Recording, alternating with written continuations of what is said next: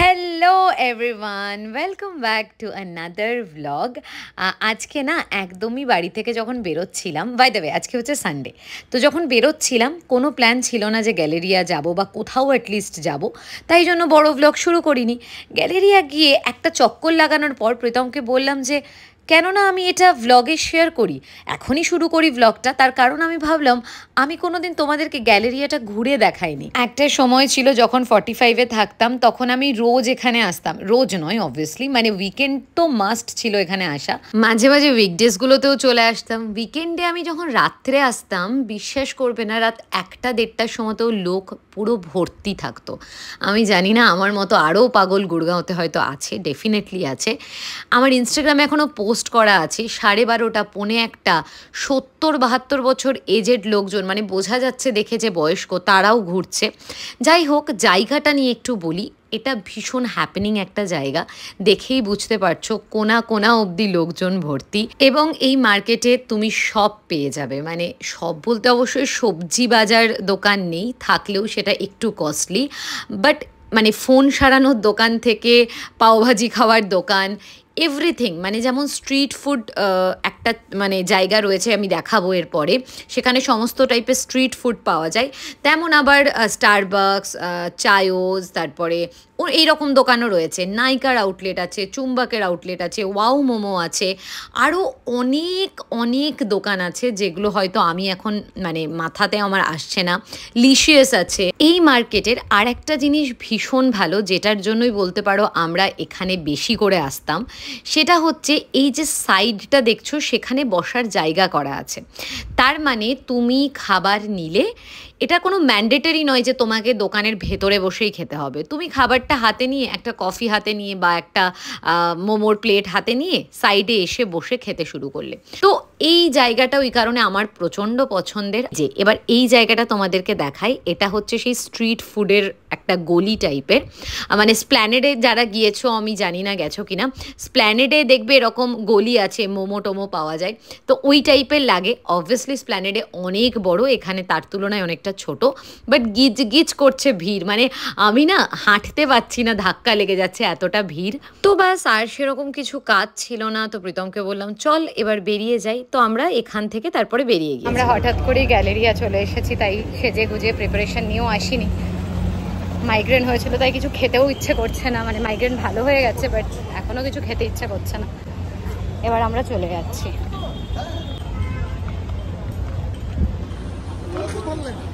পুরো গিজ গিজ করছে বাইক, গিজ গিজ করছে, বাপরে।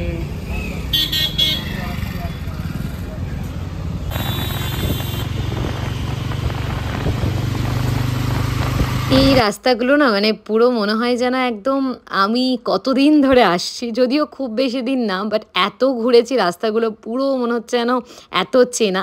যাই হোক, দেখো উপর দিয়ে যাচ্ছে মেট্রো, আর আমরা নিচ দিয়ে বেরিয়ে গেলাম। তারপরে সাইবার হাবের রাস্তা দিয়ে যাচ্ছিলাম। এবার বাড়ি ফেরার সময় ঢুকেছিলাম আমরা হলদিরামে, তারপরে হলো ঘটনা। উপরে কি ভিড়! আমরা এসেছি একদম বাড়ির একদম সামনেই একটা মল, এখনো আন্ডার কনস্ট্রাকশন, ডমিনোজ, একটা পিজা উইংস বলে একটা জায়গা, আর আরেকটা জায়গা খুলেছে হলদিরাম।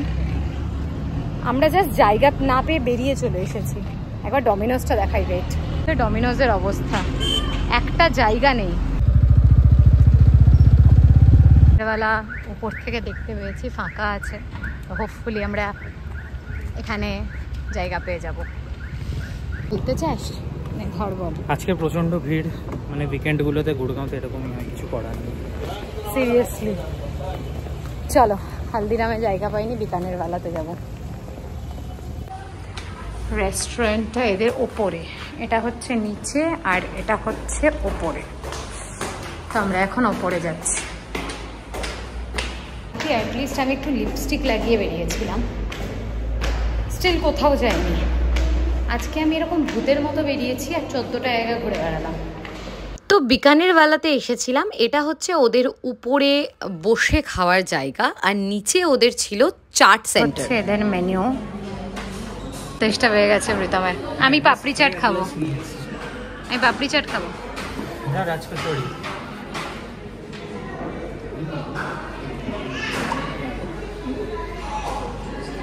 এদের সার্ভিস নিয়ে আগেও সমস্যা হয়েছে, এদের টুকটাক সমস্যা রয়েছে সার্ভিসে, তো আজকেও সেটাই হচ্ছিল সমস্যাটা। তো চলে এসেছে, বাট রাজকচুরি অর্ডার করেছি, সেটা বলছে নিচ থেকে নিয়ে আসতে হবে।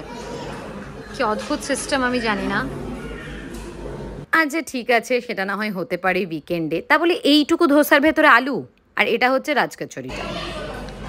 কেমন লাগছে? কোনোদিন আসবো না এখানে, হালদিরাম ফার বেটার। এবার আসি খাবারের টেস্টে। ধোসার কোয়ালিটি ভালো ছিল, হ্যাঁ, আলুর পরিমাণ একদমই নগণ্য, কিন্তু খেতে বেশ ভালো ছিল।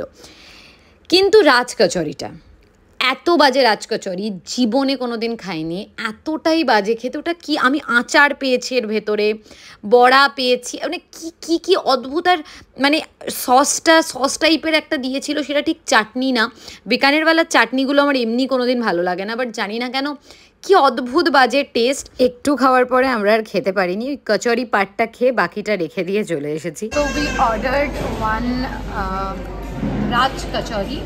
আগের দিনে আমি ব্লগ দিয়েছিলাম হালদিরামে, যেটা অসাধারণ ছিল, অ্যান্ড এটা আজ অব্দি খাওয়া আই থিঙ্ক সব থেকে বাজে।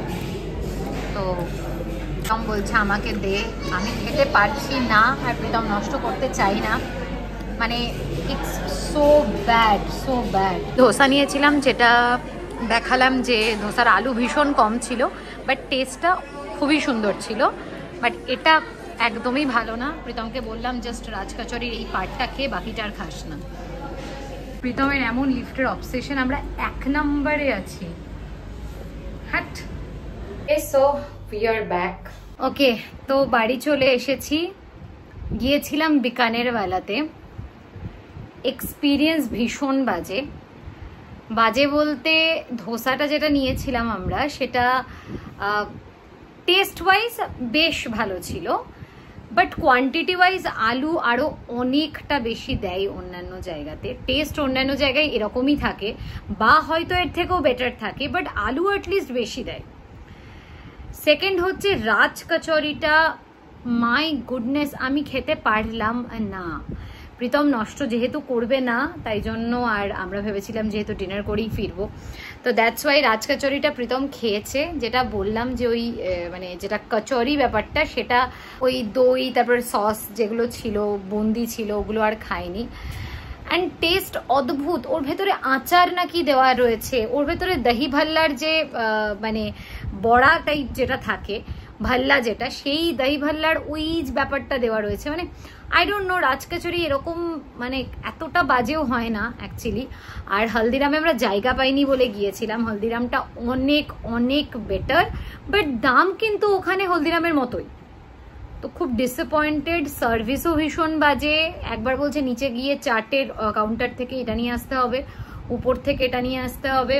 ইভেন আগের দিনও যখন আমার 10K কেকটা প্রীতম নিতে গেছিল, তখন ওরা একটা কি কালারে আইসক্রিম দিয়ে কেকের উপর লিখে দিচ্ছিল, যেটা গলে যাচ্ছিল। তো মানে ওভারঅল বিকানেরওয়ালার এক্সপিরিয়েন্স বেশ বাজে এখানে, এই আউটলেটটাই অ্যাটলিস্ট। অন্য আউটলেটে কি আমি জানি না। ওদের মোটামুটি সবকিছুরই টেস্ট ভালোই থাকে, বাট আমি জানি না কেন রাজকচুরিটা ডিজাস্টার পুরো। ওকে, তো আজকের মতো এটাই, দেখা হচ্ছে নেক্সট ভ্লগে।